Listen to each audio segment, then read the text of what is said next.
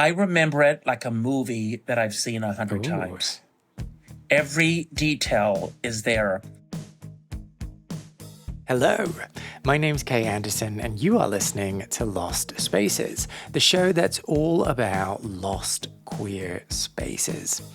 Only it's not really about that at all. It's about the memories of the people who drank there and danced there and fell in love there. Every week I talk to a different person and I find out what relationship they had with a particular queer space and how that helped to shape the person that they've become. So, before we get into this week's episode, I have a question for you. If, let's say, you were performing at a piano bar or maybe at karaoke and you were trying to seduce someone in the audience whilst you were performing, what song would you choose to sing? You'd go for something like slinky and sexy, right? Or maybe you'd go for something bombastic and kind of exuding confidence. Well, not, it turns out, if you are this week's guest, the singer and storyteller Richard Skipper, who went a decidedly different route when picking songs. But I'm going to leave that mystery hanging and you can find out what his go-to song was when you listen to the episode. Okay, I'm getting ahead of myself. I met up with Richard this week to talk about Five Oaks, which was a piano bar in Manhattan in New York City that was around in like the 70s, the 80s, and closed in the 90s. What I love about this conversation is Richard's openness and willingness and just like volleying with me. Just really like having a great chat about his experience of packing his bags, running away to New York and becoming the person that he would become. I always find those conversations really inspiring and I hope you will too. Oh, that sounded really cheesy, but I think you know what I meant. Anyway, before we get into it, one final thing. If you happen to be in London or around London in the week of this episode going out, then make sure that you come along to Richard's show at Crazy Cox on August the 5th. In it, he will be celebrating the 60th anniversary of the stage show Hello, Dolly, performing all of the hits and reflecting on the legacy of this iconic Broadway musical. More details and a link to buy tickets and so on and so forth can be found in the show notes for this episode. Right, as they say in musicals, on with the show.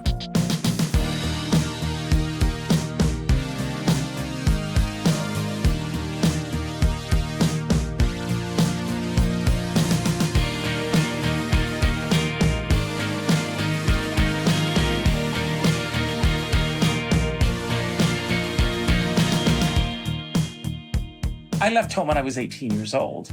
And I grew up on a farm in South Carolina, which is as far from New York as anyone could possibly get. Well, it's not as far. It wasn't like the middle of Kenya. Come on. Well, it seems like it was. When you're 18 years old, it could very well be the middle of Kenya. But when I came to New York, my parents did not relate to my dreams, my wishes, what I was going after. So as a result, it was always a frustrating time for me. And for 10 years, every major success that I had, everything that came my way, my parents were the first ones that I wanted to share with it. And then they would prick the balloon and the air would just go out of everything.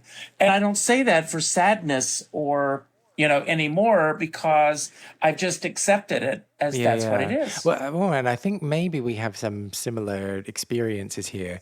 But do you mean that you would be like, this thing happened and it was amazing and it's so exciting, and they would just be like, oh, that's nice? No, they wouldn't even say that's nice. Oh. I didn't even get that much. I could say, oh my God, I just got booked to perform at Carnegie Hall. And my mom would say, what's the weather been like there? Ooh. Oh. Yeah. But I dealt with it. I learned to deal with it. It took me a long time to get there. But is the way you dealt with it just accepting them rather than trying to address it with them? Yes. Yeah. Yeah. Yeah. Oh, yeah. And sorry if that sounded like there was any judgment laced in that, because that's the same thing I've done. No, I don't. I didn't take it as such. Okay. For example, there must be certain areas that you may or may not be a huge fan of. Are you a sports guy? Do you go to sporting events? Do you go to the opera? No. Do you go, No. I don't leave the house. So let's go there. So if you are not interested in going to a Yankees game, if you're in New York, that doesn't mean that the Yankees game is a bad thing. It just means that there's no interest there. And my parents could not relate to these things that were going on in my life. Yeah, yes, but it's not like you were playing the Yankees game. Like in this example, maybe we shouldn't even go here. No, we can go there. Trust me, I am so comfortable with this subject. It took me years to get there, but my parents did not.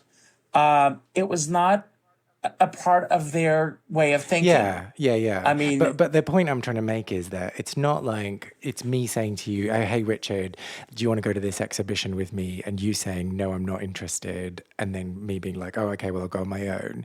It's me saying, hey, Richard, this thing happened to me and it's really important to me. And I'd like some acknowledgement and validation. And you saying, yeah, I'm not interested in going to that exhibition. No, it's you saying to me, would you like to go with me to this exhibition? And I go, what's the weather been like there? Why do you say that? Because I am not listening to you. I'm not listening to your request to see if I would like to go to this exhibition. And it was the same thing. My parents were not listening. Yeah, but there's like that added element of, it's not that you were just telling them for no reason. You were telling them because you were proud and excited and sorry, I'm like placing all of this on you, so you might disagree. No, keep going. You're absolutely right. But you were telling them because you were proud and excited and you wanted validation or you wanted just acknowledgement and to feel like you were being seen. And so that's different from just like casually saying, oh, I like apples. What do you think about apples? Like, you're absolutely right. That's true. That's exactly what it was. So imagine almost 63 years of that. Or to be more precise, I mean, I've been in New York. August will be my 45th year. Wow. So imagine 45 years of that. You're doing the math. I'm not doing the math. No. You just told me. No, I came to New York when I was 18 and I'm 63. Yeah. So. Yeah. Anyway, that parental thing, that accepting parents is like vital for your survival. So like totally hear you. But it's also this kind of weird thing. Like anyone else in my life that I experienced that from, I would probably be like, hey, we need to have a conversation about this. Or, hey, not so interested in being part of your life anymore. Let's leave it here. So it's just, it's just fascinating, this relationship you have with parents and what you have to accept. And what they have to accept as well. Like, let's not pretend that we're both angels. Well, the fact of the matter is, when it comes to parents, we are a result of their bringing us into the world. And the truth of the matter is that with some parents, if they were not your parents, are these people that you would invite to dinner. How many courses in this dinner? 8. Oh. It's a long dinner. I don't even know if I would invite my parents to an 8-course meal. No. But the thing is, and I say this with the utmost love and respect for my parents for being who they were. Oh, yeah, absolutely. And like the same stands for my parents as well. Like fantastic, wonderful people. Sometimes maybe they could say, hey, you did a good job. Do they ever do that with you? No. Well, so we come from the same cloth. But I don't think that you're riddled with insecurities and constantly seeking validation. No. So maybe it's not the same cloth. No. Very nice. Well, hopefully you'll get there. It took a long time. I don't know how old you are, but I've been around the planet a few times. It just comes with being, and it's something that I work at all the time of where I fit in to the scheme of things. As I've gotten older, I've gotten much better at it. The scheme of things in relation to your family tree, or the scheme of things in relation to the planet and the universe The planet, and everything? life, Okay. everything. I mean, so many people go through life with this constant need for validation. And you're not always going to get that validation. No. And so if you don't get that validation, does that negate your need for validation? Does it negate the fact that you do deserve that validation? Because I don't care who you are. I don't care what your background is. I don't care where you've come from. Every person on this planet requires validation. Every person. It's just something that's part of our DNA. And as you go through life, and I'm in a business. I had friends over for dinner on Sunday night, and we were talking about this. We are in a profession, these are other performers. We are in a profession where we get rejection, more rejection in a week than some people get in a lifetime. Yeah. And a lot of that has to do with the fact that we're constantly putting ourselves out there. We are looking for the venues to do our art. We're looking for the audiences to come and celebrate in our art. We're looking for press to come in and hopefully like our art. And on any given day, any week, I'm sending out between 25 to 30 pitch letters a week. I hope that I'm going to get a response to them. But if I don't get a response, is it because they didn't see it? Did it end up in their spam folder? Did they put it in a file to say to be returned to? There could be a lot of reasons. But the bottom line is they didn't respond. And it goes back to what I said earlier, that we all require, that's the word I use, validation. Yeah. So, shall we get to New York? Shall we get to Let's get to New York. 45 years ago, showing up as an 18-year-old? Give or take a moment. A moment or two. What do you remember about the night before you left to move to New York? I remember it like a movie that I've seen 100 times. Every detail is there. When I was 13 years old, I was reading a book called The Magic of Believing, which tells you everything you want to know about me as a childhood. So I'm reading this book by Claude Bristol. And in the book, he says, set your mind on a goal, like a homing pigeon, and then go after that goal with dogged determination. And I was reading this book, true story, on August 5th, 1974. And I remember that date because I closed the book and I went in and said to my mom and dad, 5 years from today, I'm going to New York. And then they changed the subject. Again, they changed the subject. Well, actually, they laughed at me because they said, what makes you think you're going to go to New York? You don't know anybody. You've never been there. I said, I'm going. And so every year on August 5th, I would say, 4 years from today, I'm going to New York. 3 years from today. Wow. And so my mind was made up that on August 5th, 1979, I would arrive in New York. And so on January 10th, these dates are in my mind, June 10th of 1979, I bought a one-way ticket to New York. Wow. And leading up to this, there were a few friends and one of my aunts and uncles, God bless them, who believed me. They threw going away parties for me. And my parents were at that party, and everybody was caught up in the excitement that I was leaving to come to New York, that this was happening. And yet my parents were oblivious to any of this happening. It's not going to happen. I'll chicken out at the last moment. All these things that are going around it. But my mind was made up. I was going to go to New York 5 years from that date. So on August 4th, my bags were packed. My mom I think that the reality of what was happening began to sink in a little bit. My mom was in tears. My father, I will put it out there. I'm honest and open about this. I grew up in an alcoholic household. And my father said to me, "What makes you think you can live in New York?" And I said, "You. If I can live through any of this, I can live through anything." Ooh. And so the next day, I got up early that day. Do you want to hear the details of my first day in New York? Yeah, we're going to get to that. But before we get to that, we get on the bus and head off, when you'd set this plan for yourself, when you'd said in 5 years' time I'm moving to New York, were you like, and when I get to New York, I'm going to do this? Or did the plan stop at I'm going to go to New York? No, I was coming to New York to be an actor. I mean, I had very specific dreams of what I was going to go after. I knew because, I grew up in a small town in South Carolina. And on Saturdays, my parents would drop me off at the library. And the first stop, I would always go and get the New York Times. And I would read about everything that was happening in the theater in New York. The Sunday Times was almost a Bible to me in terms of the excitement of all that was going on. So I would begin with that.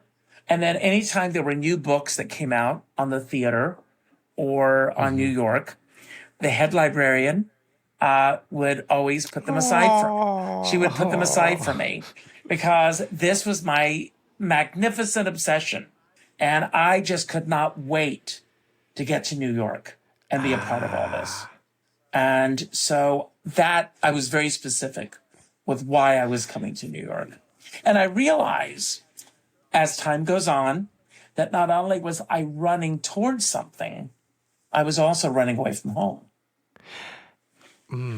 Talk to me more about this. What were you doing more of? That's a badly worded question. Moving towards a life for myself, a life of being an entertainer, being in show business. That's all I wanted. And the running away was running away from the family dynamic? That was minor. Yes, it was minor. But as time went on, when I got on the plane to come to New York on August 5th, the last words that my dad said to me was, "I'll see you in 3 weeks." Ugh, what a shitty thing to say. No, but I mean, I look at it now. It was the greatest thing that he could ever say to me. Because you then went, "Well, I'll show you. I'm going to run." Exactly. Because if my father had said to me, I'm supporting you, I want you to believe in this. I mean, you have to realize when I came to New York in 1979, have you ever been to New York? Yes. Okay. New York was a very different animal from what it is now. It was right on the heels of bankruptcy. Yeah. A lot of areas of New York were burned out. 42nd Street, you were taking your life in your hands by going from Times Square to 8th Avenue, just a matter of a block or two. It was very, very different. Every other theater was a porno theater or, it was very seedy. And there was this idea that after 6 o'clock at night, if you were outdoors, if you were caught in New York City, the chances of being mugged were very high. It was a very seedy, dark place to come to, especially for an 18-year-old. But I was going to ask, so is that a good thing for an 18-year-old? Or, I mean, more specifically for the 18-year-old Richard? Or is that a bad thing for 18-year-old Richard? It was a lot of fear at that time. I wasn't really fully developed, if you will, with who and what I'm all about. I didn't know anything about my sexuality, believe it or not. All of those things would come later. So Wait. So how old were you when this happened? 18. You were 18 and you just didn't... So... Sorry to get fixated on this. No, get fixated on it. So you just were like, you were just nothing? Or were you heterosexual? Or like, what were you? What were you? I was asexual. I had never dated before. I never had girlfriends. I never fooled around with guys or girls. And I realized that a lot of guys and girls going into puberty and everything. Their hormones are going crazy and everything. All I wanted to do was be on stage in front of an audience. That was my life. But so you'd not experienced attraction at all? No, no, Interesting. But did you view that as a bit of a deficit? That's probably not the right word, but did you think, oh, everyone else is fancying people around them, why am I not? Or were you just so focused on the stage that you weren't even thinking about it? There were fake girlfriends in school that, I had, a dear friend, Holly. Hi, Holly. Hello, Holly. We would go out and go to dinners and things. And one time she said to me, I love going out with you because I know that you're not going to try to have your tongue down my throat before the night's over.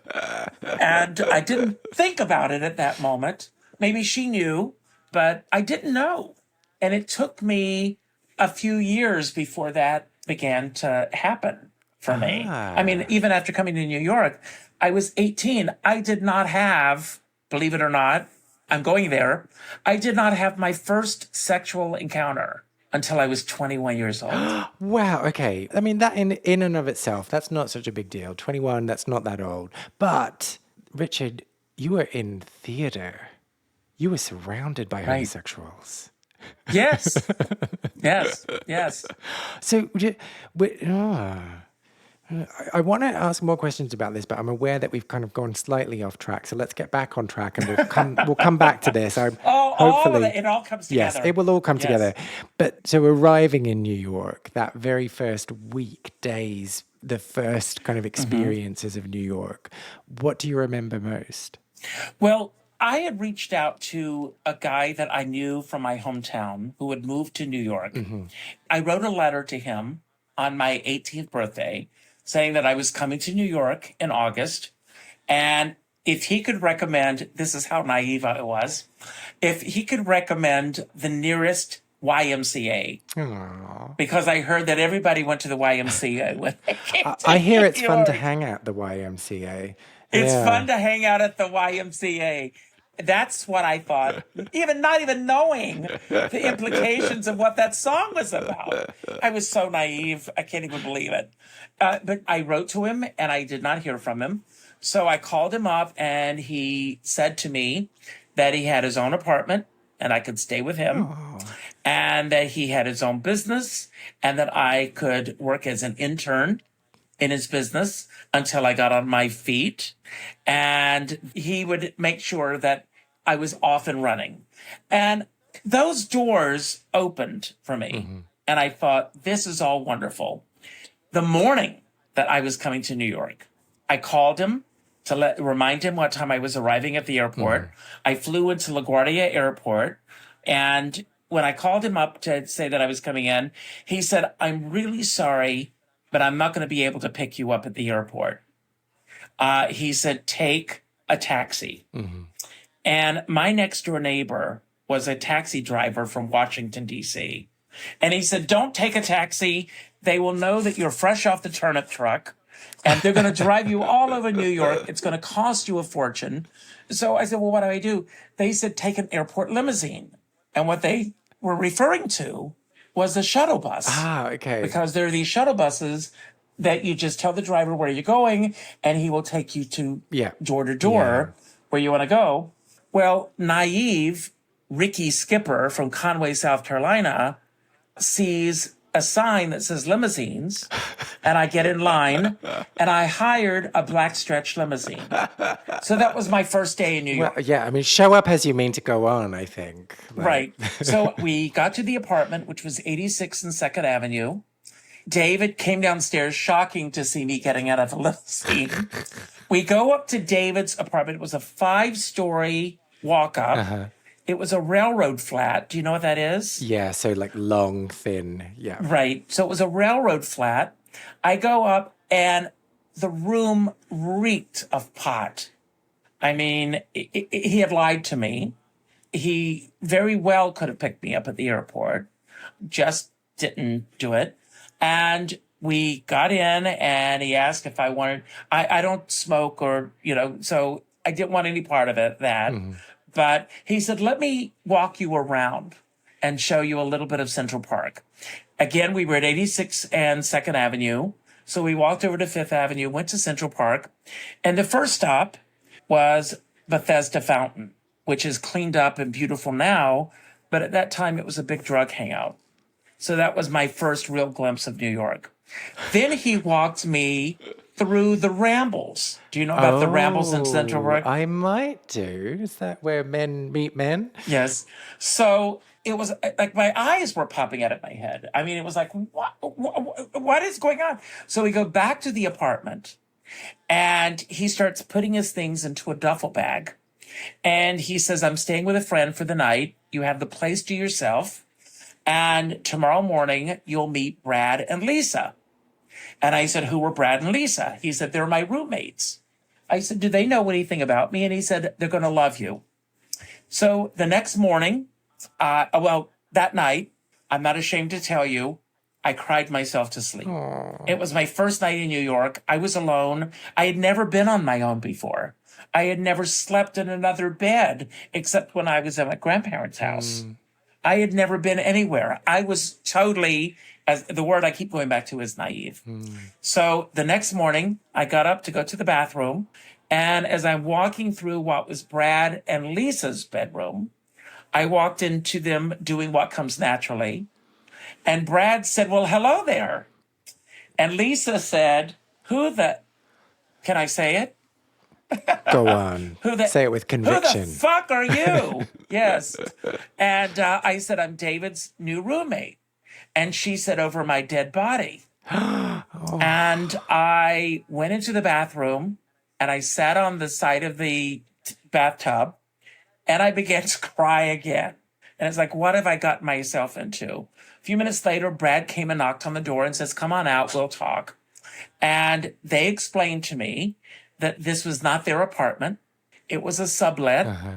And when I told them that I was going to be working for David, they laughed because he was a temp. Everything was a lie. Everything was a lie. And so they told me how to get to where he was working. So I went down to David's cubicle where he was working, which he was surprised to see me walk in. And he said, let's go grab a bite to eat. We went to a little coffee shop. And I said, why did you lie to me? And he said, because if I told you the truth, I don't think you would have ever come. Yes, exactly. But you were already going. Like, what? My plans were to come to New York. He just lied to me all around.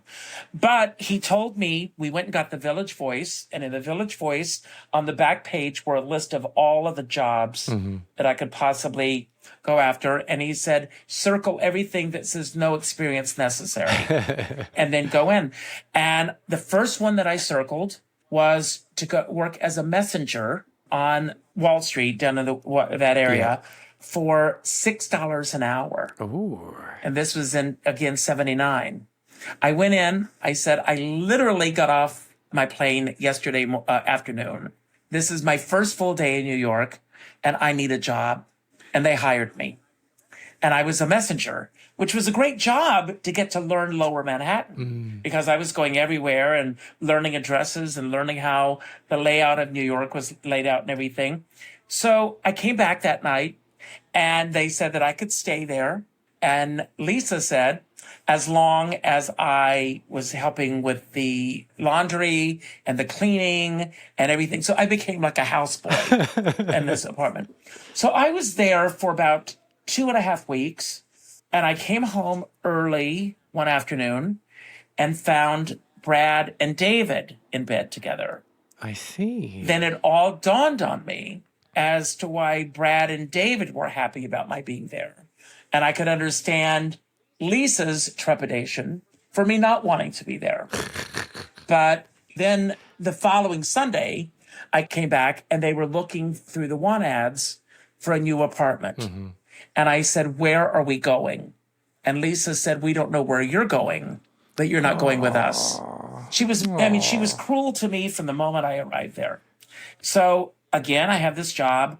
I'm talking to someone at work. She said, put something on the bulletin board, which I did. And this guy that I worked with, Hank Navola, if you're out there, Hank, said he was looking for a roommate. And I came in and I moved in with him. And I lived there until the following February. And at my very first audition in New York, backing up for a moment, I had met this woman, Millie Brown, and Millie Brown essentially took me under her wings. She was almost like an Auntie Mame type. She was older, and she introduced me to so many things in New York. And she found out about an apartment in her building that was looking to rent a room. And she told me about it. I went up and I moved in, and I lived there for the next 5 years of my life. Well, so backing up a minute, this Brad and this David thing, when you found them like fooling around, fucking whatever they were doing, All of the above. were you like, oh, I want nothing to do with this, I must leave? Was your interest No. piqued at all? I was more nervous than anything else. I was embarrassed that I had walked in on them. I was more embarrassed, believe it or not, than they were. If I was a different person at that time, and I wasn't at that time, they probably would have wanted me to join in with them. But I left. I said, I'm sorry, I'll come back in a little bit. And I went for a walk. But I realized, it's how you compartmentalize things. And I think that looking back at that time in my life, I was very titillated by what I had walked in on. But again, I was a kid. I was really just this naive kid. Yeah. But I mean, for a naive kid, you were given lots and lots of opportunities Yes. to overcome that naivety. Very interesting. Very interesting. But I also think that there was this caution to go for it. I mean, you realize, this is again 1979. The world has changed a lot, but there was still this stigma that went with it. It's not as open as it is now. And there was this stigma that, I did have a casting director once tell me that I was very effeminate in my acting, and that if anyone ever thought that I was gay, he asked me if I was gay, and I said no. And he said, if anyone ever thought that you're gay, you'll never get cast in anything. And that's a that's a lot of luggage, for an 18-year-old kid to be given. Yeah. Yeah. And again, sorry for over-examining this, but it's I love it. so It's great. fascinating that the same person who was like, I'm going to New York, I'm just going to go for it, I'm just going to dive in, was also, on the other hand, like, maybe I won't open that box. Maybe I won't think about this. Maybe I won't examine these feelings. And maybe I'll just keep this to myself. And that you were those two things at the same time. Absolutely. And that is interesting, and I really truly have never thought about that. Looking back now, because I've had a full life, the question is, what took me so long? But I also, by the time that I came to the realization, and I could very comfortably say I'm a gay man, the number one headlines was AIDS. Yeah. To be gay at that time was considered almost a death sentence. That if you did certain things, you were going to pay the price for it. So that kept me in check as well. Although none of that was in place when I came to New York. But it's very interesting in my life how the two merged together at the same time. Because as I look back on the seediness of New York when I arrived here, part of me regrets that I did not experience that world. But by the same token, if I had come to New York with my mind wide open, saying, I'm here and I'm going to taste everything, chances are you and I would not be having this conversation now. Yeah. And that's a weird spiraling way of thinking, isn't it? So let's find out more then about the coming out. Or not necessarily the coming out, the aha moment of like, oh, hang on, this is why I'm not interested in girls. How far do you want to go with this? Well, what was so you'd said, at 18, hadn't occurred to you, hadn't really thought about it, hadn't explored anything. And by 21, that was when you'd come out. I was working at that time, I was working for an answering service. And there was a guy that I worked with, Joseph Catalano. God bless How him. do you remember all these names? I've got like total recall. I'm like Mary Lou Henner, dates and This times. is so and impressive. Are, I'm like, I can't remember anyone's name. yeah. So Joseph Catalano was a leather daddy type of a guy that I worked with. He was comfortable in his skin. He was open with who he was.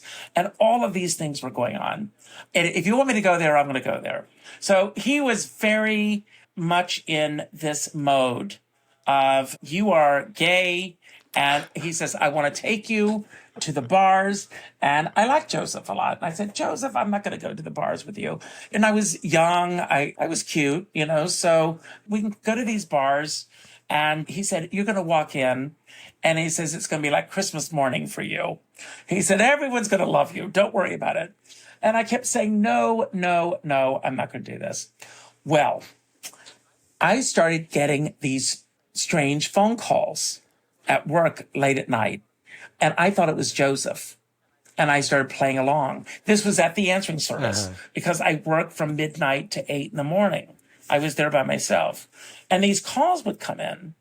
And again, I thought it was Joseph and I played along with it. And it was not. But this person knew who I was. And I got so turned on, if you will, by these phone calls. I mean, your listeners are probably going to think this guy's crazy, but I got so turned on, I could not wait for the next phone call to come in. I was so turned on by this. Okay, give me a bit more detail. So what was happening on these phone calls? What were they saying? What was happening? He was very suggestive with what he wanted to do to me and, and all these things. And something was changing inside of me that I was intrigued by what he had to say. And he said, we're going to meet at the right time. Then one night he called and something snapped in me. I said, let's get together. And at this time, did you still think it was Joseph or had you realized it wasn't? I thought it was Joseph. Okay. And I thought that once I show up, his cover's going to be called. So I said, okay, let's get together. Thinking that it was Joseph. And then when I said yes, and mind you, this went on for like 3 months. Wow. He got very nervous. And his name was Greg. So Greg got very nervous and he said, you and I have met. I want you to know that. And I go, okay. And he said, so I want to put that out there. You're going to know who I am when you walk in the door. And I went to his apartment. Whoa, what? I did. But so you just ended your shift and then just went to his apartment? Wow. And so did you recognize him? Oh, of course. It was a casting director that I had auditioned for. Oh, wow. And he said, if anything happens, there's no professional relationship between the two of us, ever. So hang on. You went to this casting director, you auditioned, he didn't give you the job, but then he wanted you to sleep with him. Right. Ugh, ridiculous. Well, that's show business. He could have at least given you the job. That's right. But I will tell you, at that moment, my entire world changed. Everything. I realized this is indeed who I am. I knew that things that I had suppressed or that I had not acted on were there all the time. I remember coming back to work the next day, and I have this dear friend, Linda, who's still a friend of mine. Okay, wait. Sorry. I do want to hear the story about Linda, but what happened at Greg's apartment? That's another show. Let's just say Pandora's box was opened. So that's all I'm going to say. And she left her knickers on the ground, right? And she left her knickers on the ground. That's the title of my book. And she left her knickers on the ground. Okay. Well, I'll just fill in the blanks in my brain. Tell me about Linda. Yes. So I go back to work the next day and I said, Linda, I need to talk to you because Linda also, her and Joseph were very close. And I said, I have to tell you what happened last night. And I didn't go into detail, but I told, she knew about these phone calls and that I thought it was Joseph and that it wasn't him. And when I mentioned to, she just looked at me And she's staring at me and she's, well, your hair didn't fall out. Your eyes didn't change color. You haven't lost a limb. Nothing's different. You're still the same person. Oh, oh, And it was just the Linda. nicest thing for her to say at that moment because there was no judgment. There was absolutely no judgment. So little by little, because of that, and that'll bring us to the topic of today's talk. We've gone down many paths. That I began to become comfortable going out and meeting other people, and and really exploring that aspect or that side of my life and my world. And did Greg stay on the scene, or were you like, I'm done with you. I'm done with you now? No, we continued to see each other probably for off and on for about 3 months. And did he give you any jobs? No, no, Greg. no. But he enlightened me to who I am. So Oh, okay. I guess that's kind of important too. But so that's important, So yeah, so he's an important part of my life. So he stamped your card. He welcomed you into the brotherhood of homosexuals, and you were off to the races from there. Is that what you're telling me? Pretty much so. And so where did the Five Oaks come into this? Well, Five Oaks was this restaurant / piano bar that used to be a speakeasy in the 20s, I think it was. And I would go every Saturday and Sunday night. They stayed open later than any other venue in town. And then and there was another piano bar in the vicinity called 88's. I would also go there. But the Five Oaks was my favorite of all of them. And it was a very different world because we didn't have social media. We didn't have cell phones. We didn't have all of those other distractions that have really, for the most part, have killed nightlife in New York. And so it was just this sense of community. It was gay, straight, and everything in between. And everybody just was themselves, and it was a great time. And it was just a great way to meet each other. Talk to me about piano bars and how they work. Okay. Because I think that it's like an American thing, or maybe it's just something that doesn't really exist anymore. And so it's a bit foreign to me anyway. So I just want to make sure I fully understand. From what I think it is, it's a bit like karaoke, except there's a live pianist. Right. Okay. And it's very different now than what it was then. Because then, I mean, again, I blame social media on this because people will now go to social media for whatever their proclivities or needs are, and they can get it by swiping and, on a dating app or something. But in those days, guys went to bars to meet other guys. Yeah. And these piano bars that I was going to, especially because of where they were located in the Village, it was not only an opportunity for me to sing and hone my craft, but it also gave me the opportunity to meet other guys. Okay. If we were going to say that those were the two reasons that you were going, one was to hone your craft, one was to meet guys, which is the biggest motivator?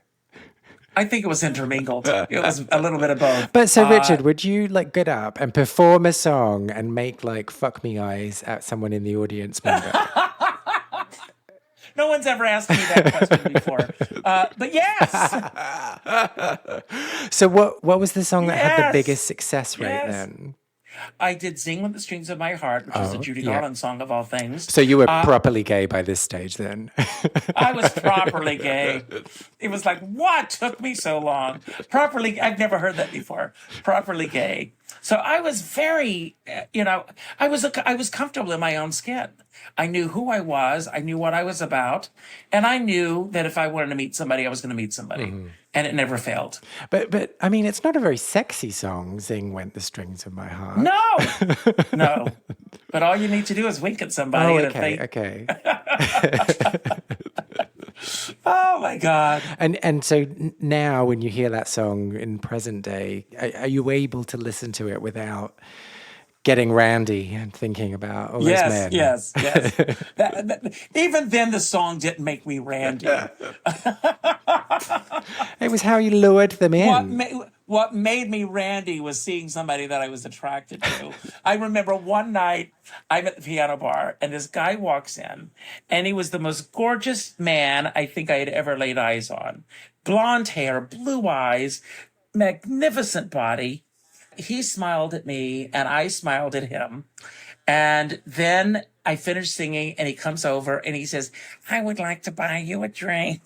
And everything went out the window. It was, Aww. Aww. I mean, it was just like that image was gone. It was just gone. Aw, poor guy. No, I didn't jilt him. We stood there and talked for a while. Right, and you still took a drink from him, yeah. And I bought him a drink. I bought him a drink. Okay, and so when you're there and it's the piano bar, are you sitting and listening through everyone else, or are you like talking yeah. and mingling? Okay. Yeah. No, all of the above. I mean, I'm very respectful of other artists.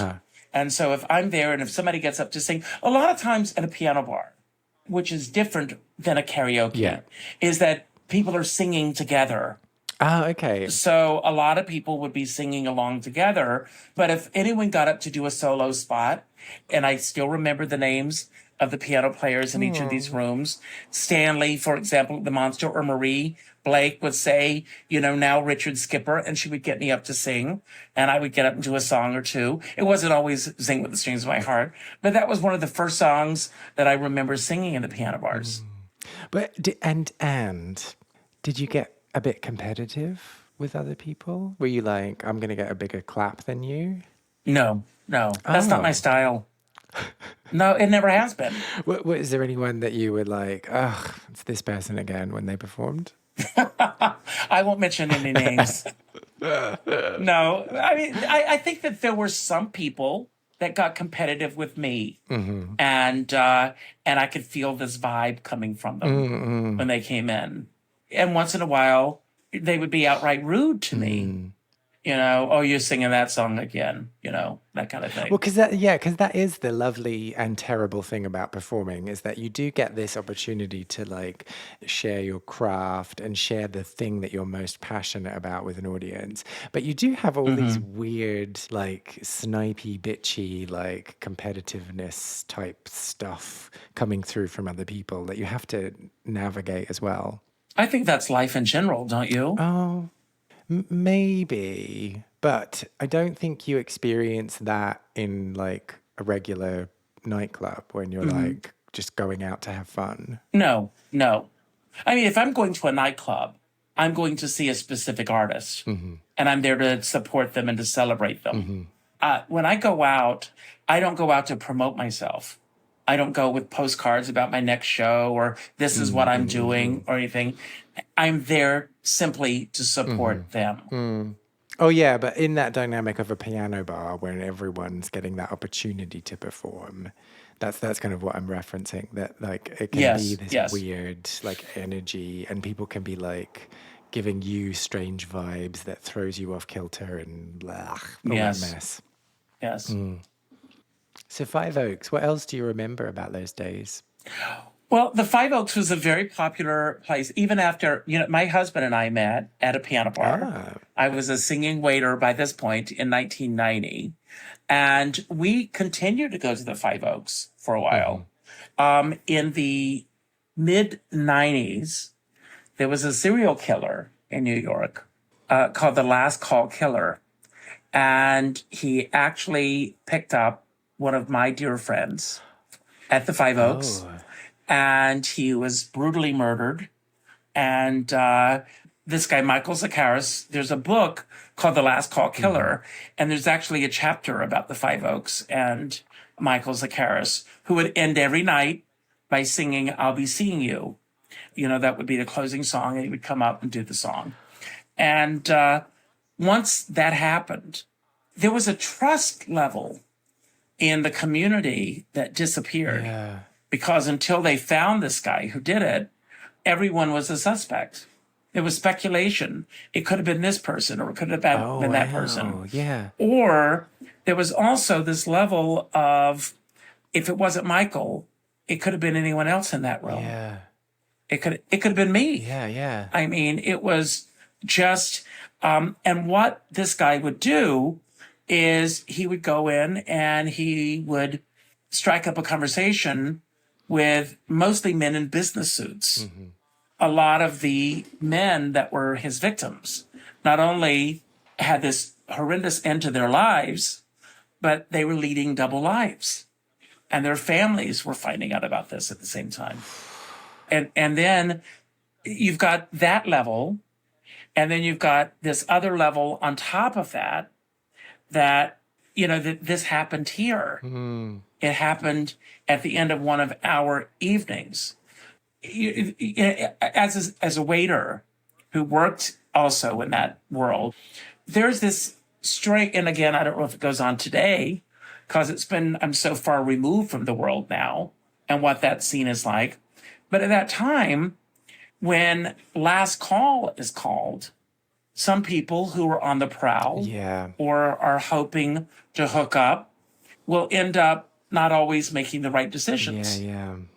And that's all a sense of loneliness. That's a sense of, I don't want to be alone again tonight.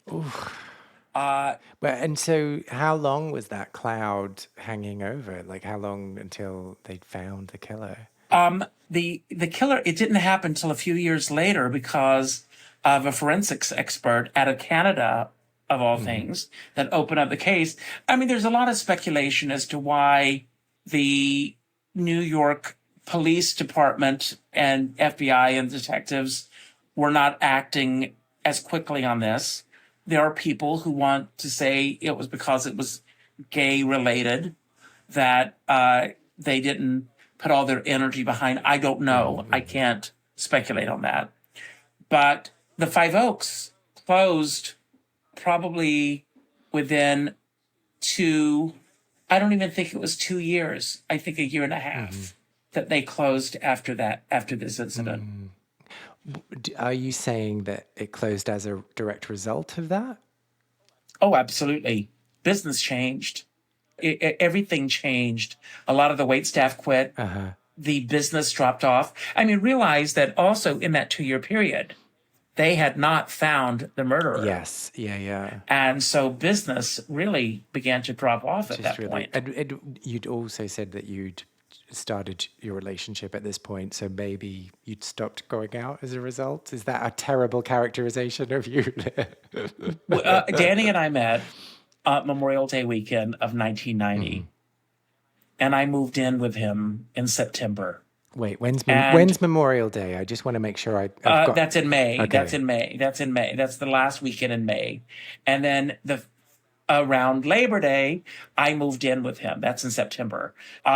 And we live in Rockland County. And just to give you an idea, we are, by car, 25 minutes north of Manhattan. So moving up here, I wasn't really a part of that world anymore. And also not being in a committed relationship before that. I was going out more. Yeah. And I was going out and I was working at Marie's Crisis on Grove Street. But once I moved in here and I moved out of the city, my life changed. And then the murder happened a couple of years after we were already together. I think it was around 92 or 93, if I remember correctly. I was already pretty much removed from that world. Once in a while, if we were in the city, because as I mentioned earlier, it was also a great restaurant, I would say, let's go to the Five Oaks and have dinner there. Or we'd go see a show and we'd go for a late supper at the Five Oaks afterwards. Okay. But so you weren't a regular attendee in that space at that point, when it no. closed. Do you remember hearing about it closing? I remember that the owner, an announcement went out that, and again, we didn't have the social media at that time. Everything was word of mouth. So when we heard that it was closing, I think that we went back for one last dinner there before they closed and said goodbyes to everybody. And it was sad. When you look back at Five Oaks, what do you think New York City lost when it lost that space? A sense of community in that area. because everybody, like the TV show Cheers, if you've seen it, where everybody knows your name. It was that kind of a vibe. It was comfortable. People lived and let live. People went there to socialize, some to get up and sing, some to have dinner. And it was a hodgepodge. There were celebrities that went there. Liza Minnelli. I Who's would see that? her there from time to time. I know. I said that to get a rise out of you. Sorry. I knew you were. Oh, curses. You didn't fall for my trick. Yes.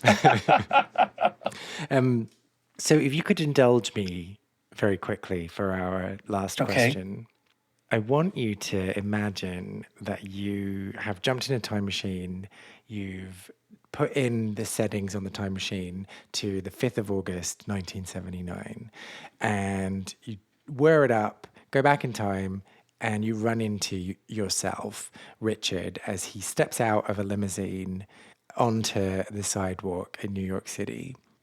What advice would you give him? Take chances. Keep taking chances. I'm me speaking to Ricky Skipper getting out of this limousine. I would say, don't be as scared as you are, because as exciting as it was to be arriving in New York and having this major dream of mine coming into reality, I was scared to death. I was so scared. I was so scared. And I'm telling you, I mean, I probably every night those first few weeks just cried myself to sleep. So just do it, Ricky. Just Do it. Just do it. Yeah. Just do it. And that's my advice for everybody out there. Just do it. I mean, who cares? Yeah. What do you have to lose? Yeah. If you fall, get back up. Right. Absolutely. Sorry, that sounded a bit callous. I don't care that your knees are bleeding. Get back up. Get up! So, like I said at the top of this episode, Richard's London show is coming up on the 5th of August, which is this week if you're listening to this show in the week that it's come out. So if you are in town or if you're nearby and you want to hear the songs of Hello Dolly celebrated in a live setting, then do come along. Once again, I will share more details in the show notes for this episode. And if you aren't able to make it, or actually even if you are able to make it, why not follow Richard on Instagram, where you can find out more about what he's up to and the shows that he's doing. His profile is at richard.skipper.celebrates. Whilst we are doing the social media sharing, find me on Facebook, Instagram, and TikTok, where my handle is Lost Spaces Pod. And I always make sure to share clips of episodes and more tidbits about what I'm up to. So I would love to be your friend and find out more about you. Right, okay, I'm going to head off now. Thank you so much again for taking the time to listen, and I'll see you next week.